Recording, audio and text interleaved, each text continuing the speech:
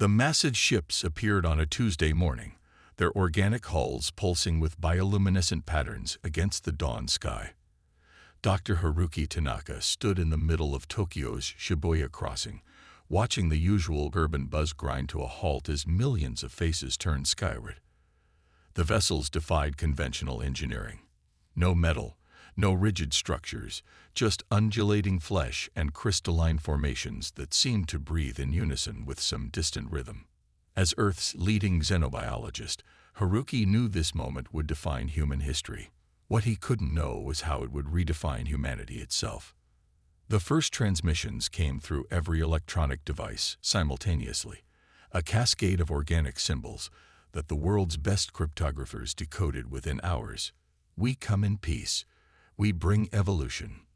Over the next 3 weeks, the alien vessels, which called themselves the Vitari, established diplomatic relations with Earth's governments. They offered miraculous biological technologies, cures for diseases, solutions for environmental disasters, and the promise of eternal life through biological enhancement. Their ships released a fine mist into the atmosphere that they claimed would prepare humanity for these gifts. Haruki was among the first to notice something wrong.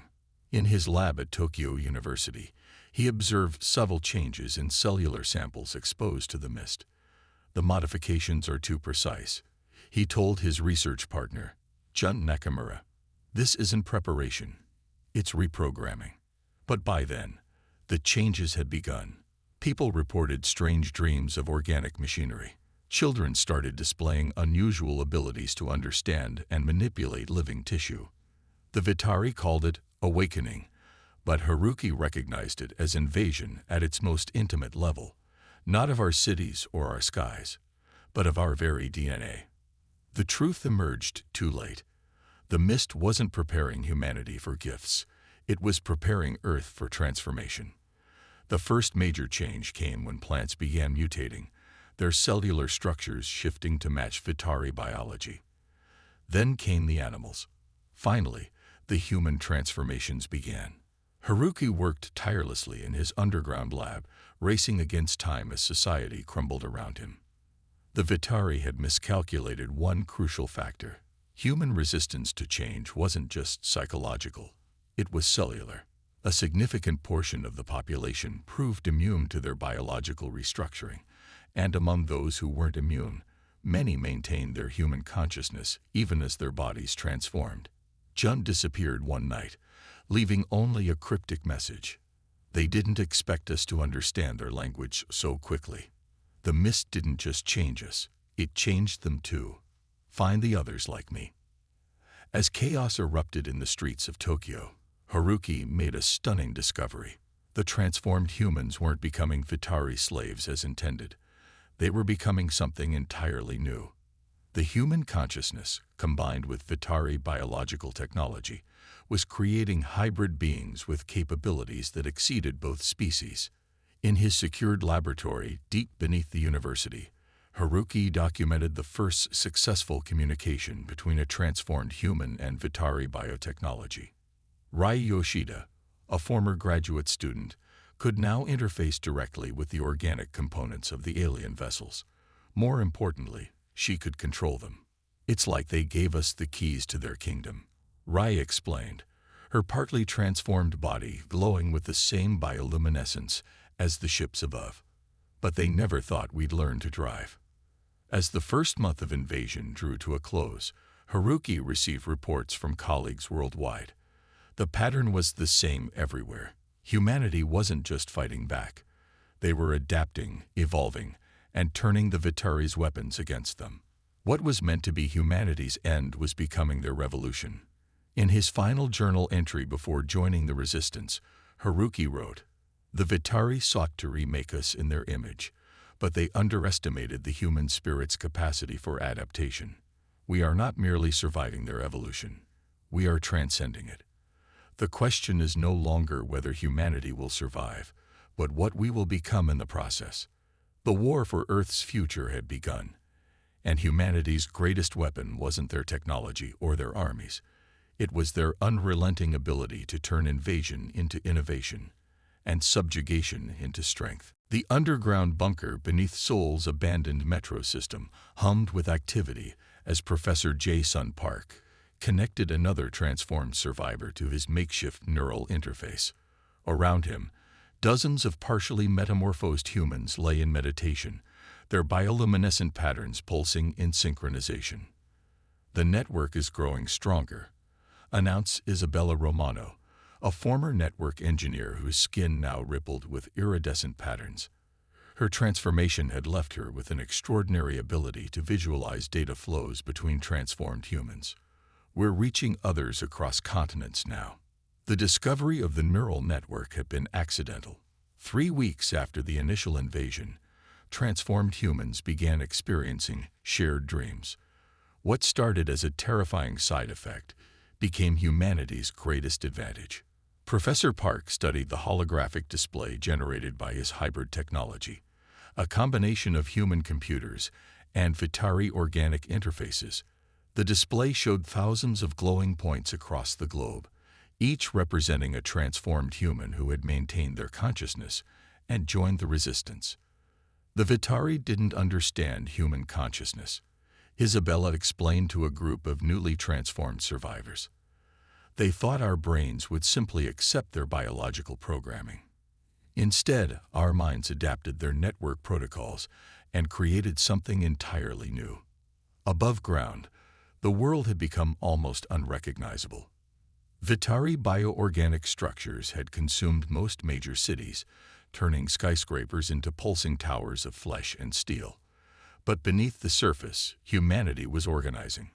The resistance discovered that each transformed human could act as a node in their neural network, sharing information and abilities instantly across vast distances. More importantly, they could intercept and decode Vitari communications. "They're planning something big," announced Rashid Khan, a former military cryptographer whose transformation had given him unprecedented insight into Vitari data structures. "The ships aren't just terraforming Earth, they're trying to merge it with their home world." Professor Park's team worked tirelessly to understand the full extent of their new capabilities. They learned that while each transformed human developed unique abilities, their power grew exponentially when connected through the neural network. The breakthrough came when Maria Gonzalez, a teenage girl from Mexico City, demonstrated she could not only communicate with Vitari biotechnology, but reprogram it. Her mind, enhanced by the transformation but unburdened by adult preconceptions, could manipulate the alien genetic code as easily as writing computer software. "It's like they gave us admin access to their entire system," Maria explained through the network, her thoughts translating instantly to every resistance member worldwide. "But they never imagined we'd understand it so completely." The Vitari responded to humanity's growing resistance with increased aggression. Their ships released new strains of transformation mist, trying to overwhelm human consciousness with stronger programming. But each attempt only served to make the resistance stronger, as humans adapted and evolved faster than the Vitari could respond. In the bunker's research lab, Professor Park made a startling discovery. The transformed humans weren't just resisting the Vitari programming. They were improving it. Human creativity, combined with Vitari biotechnology, was producing innovations that neither species had conceived possible. "We're not just fighting them anymore," Isabella announced during a global network assembly. "We're surpassing them. Every attempt they make to control us gives us more insight into their technology, their weaknesses, and our own potential." The network grew stronger each day. Transformed humans learned to share not just thoughts and information, but skills and abilities. A farmer in Kenya could instantly access the knowledge of a quantum physicist in Switzerland. A soldier in Brazil could coordinate strategies with resistance cells in Japan. But the Vitari weren't defeated yet. As Professor Park prepared to initiate the network's first coordinated global action, the ships above began to pulse with an ominous new pattern. The true test of humanity's evolution was about to begin. "They're scared," Maria broadcasted through the network, her thoughts tinged with a mixture of pride and determination. "They've realized they didn't just give us tools, they gave us understanding. and human understanding is something they can never control. As the Resistance prepared for their first major offensive, Professor Park logged one final entry in the global network. The Vitari came to evolve us by force, but instead, they became the catalyst for humanity's greatest leap forward. We are no longer just humanity fighting against extinction. We are humanity transcending its limitations together. The next phase of the war would determine not just Earth's future, but the very definition of what it meant to be human. The abandoned Seattle Underground had become an organic labyrinth of human ingenuity and Vitari biology. Commander Zora Williams navigated through corridors where century-old brick walls merged seamlessly with living tissue, leading her team through what had become the world's largest hybrid weapons facility. The latest batch of bio-rifles is ready, reported Technical Officer Raj Patel, his partly transformed hands manipulating a weapon that looked more grown than manufactured. The rifles were a perfect symbol of humanity's adaptation. Traditional metal and circuitry, combined with living Vitari tissue, capable of regenerating ammunition and responding to their users' neural commands. The Resistance had learned to cultivate Vitari biological material, manipulating it at the genetic level to serve human purposes. What began as desperate experimentation had evolved into a new form of technology that neither species had imagined possible. 6 months ago, we were running from their bioweapons, Zora observed, watching Resistance members train with the new hybrid equipment. Now we're growing our own. Her own transformation had given her an intuitive understanding of biological systems, making her the perfect leader for this unprecedented military operation. The global neural network had become humanity's greatest advantage, allowing instantaneous coordination between Resistance cells worldwide. Through it, Zara received real-time updates from every major hub. London's underground growing enhanced armor, Sydney's harder labs developing biological countermeasures, and Rio's mountain facilities breeding defense organisms. But the Vitari weren't idle. Their ships had begun releasing new strains of biological agents designed to break the human neural network. In response, the Resistance had gone deeper underground, literally and figuratively. They still don't understand what they're dealing with, said Dr. Omar Hassan, head of biological integration. His lab had become the heart of the Resistance's adaptive response. Every attack they launch teaches us more about their technology. We're not just surviving. We're evolving faster than they can respond. The breakthrough came from an unexpected source. Lai Wei, a former video game developer from Shanghai, recognized patterns in Vitari biological programming that mimicked basic game theory. They're running on outdated protocols, she explained through the network. Their biological systems are powerful but predictable. We can exploit that. Under Lai's guidance, the Resistance began implementing countermeasures that took advantage of the Vitari's rigid biological programming. Human creativity and adaptability proved to be the perfect counter to their systematic approach. The underground facilities themselves have become a testament to this adaptation. Resistance members learned to grow protective membranes that could shield their bases from Vitari detection. They developed organic communication systems that could transmit data through living tissue, making traditional electronic surveillance impossible. We're not just fighting a war, Zora told her troops during a global briefing. We're leading an evolution. Every person here represents a new step forward in human potential. The Resistance's numbers grew as more transformed humans broke free from Vitari control. Each new member brought unique mutations and abilities that strengthened the network. Some could manipulate biological matter directly, others could interface with Vitari systems, and a few could even predict the aliens' tactical movements through a sort of biological precognition. But their greatest weapon remained human consciousness itself. Unlike the Vitari's rigid hierarchical structure, human minds networked in complex, unpredictable ways. Ideas flowed freely. Mutations were shared and improved upon, and strategies evolved organically. The moment of truth came when Vitari forces discovered one of their smaller facilities in Morocco. Instead of finding easy prey, they encountered a defense system that adapted to their every move. The Resistance didn't just repel the attack, They captured several Vitari biological constructs intact. "This is what we've been waiting for," Dr. Hassan announced, examining the captured specimens. "Their own weapons, ready for us to repurpose. We can finally understand their complete biological architecture." Through the neural network, Zara felt the surge of triumph and determination from resistance members worldwide. They were no longer just survivors hiding underground. They were becoming a force that could challenge the Vitari on their own terms. As she prepared her forces for the next phase of the war, Zara reflected on how far they'd come. The Vitari thought they were uplifting a primitive species she broadcast through the network. Instead, they gave us the tools to surpass them. Today, we stop hiding. Today, we show them what humanity has become.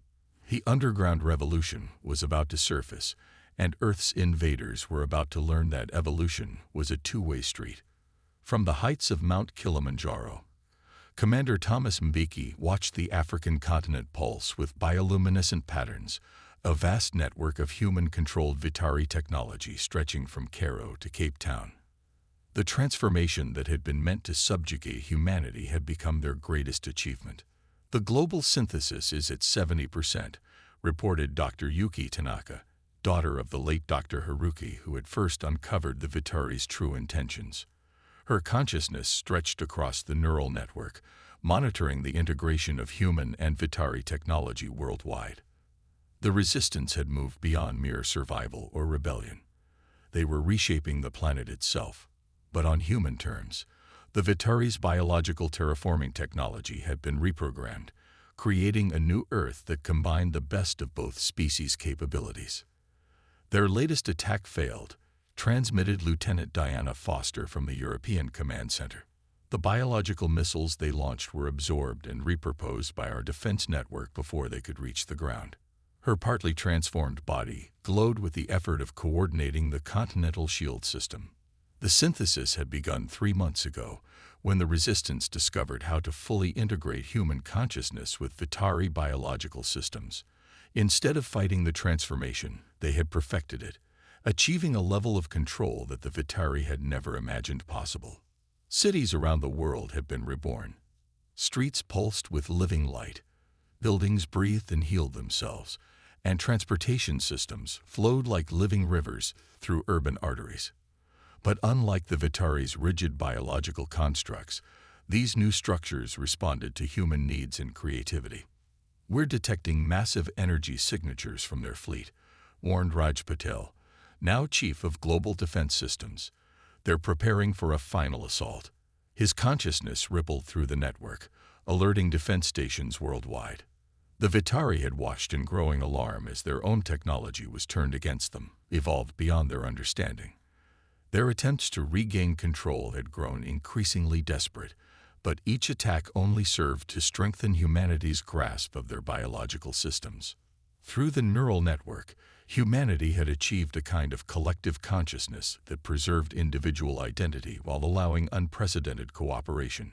Children born to transformed parents showed even greater abilities to manipulate biological systems, suggesting humanity was entering a new phase of evolution. They never understood what they were dealing with, Thomas broadcast to the global resistance.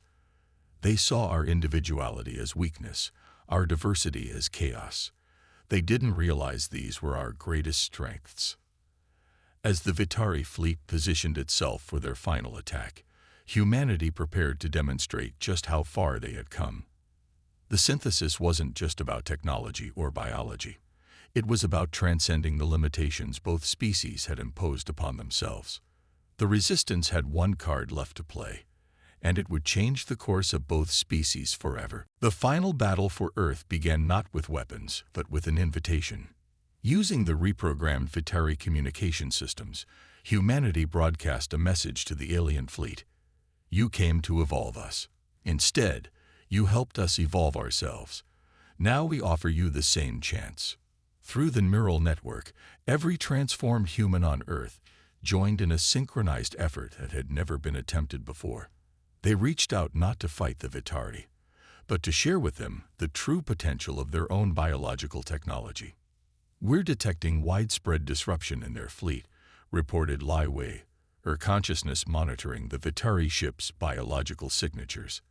Their systems are responding to our transmission. The Vitari discovered that their own biological technology, evolved through human innovation, had surpassed their understanding. Their ships, designed to control and transform, began responding to the more advanced protocols developed by humanity. Commander Zara Williams, leading the Global Defense Network, watched as the Vitari fleet's rigid formations began to break down. "They're experiencing what we did during the first transformation," she broadcast. "Their consciousness is expanding beyond their programming."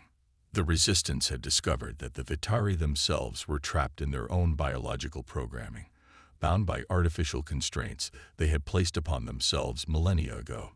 Humanity's greatest victory wasn't in defeating them, but in showing them a way to break free. Across the globe, the synthesis accelerated.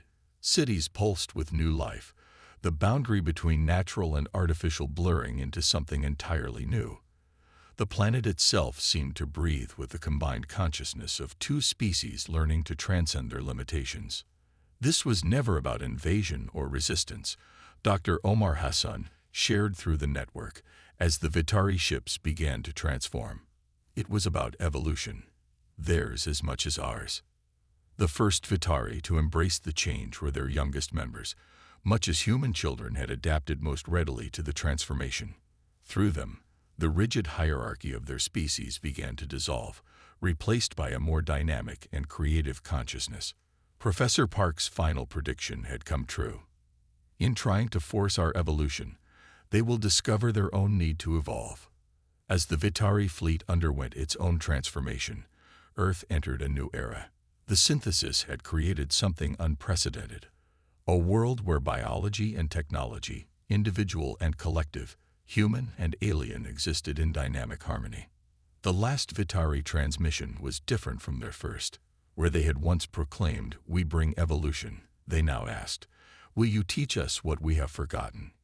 1 year after the ships first appeared in Earth's skies, humanity had not just survived an invasion. They had transcended it. The planet had become a beacon of transformation, drawing delegations from across the galaxy who sought to understand how a primitive species had achieved what ancient civilizations could not. Commander Thomas Mbiki's final log entry summed up humanity's journey. "They came to change us, and in doing so, they gave us the tools to change everything. Our greatest victory wasn't in resistance, but in showing that true evolution comes not from control, but from the courage to transform and grow. The future belongs not to those who seek to dominate, but to those who dare to transcend." Earth had become more than a home or a battlefield. It had become a symbol of what was possible when the drive to survive met the courage to transform. The age of isolation was over. The age of synthesis had begun.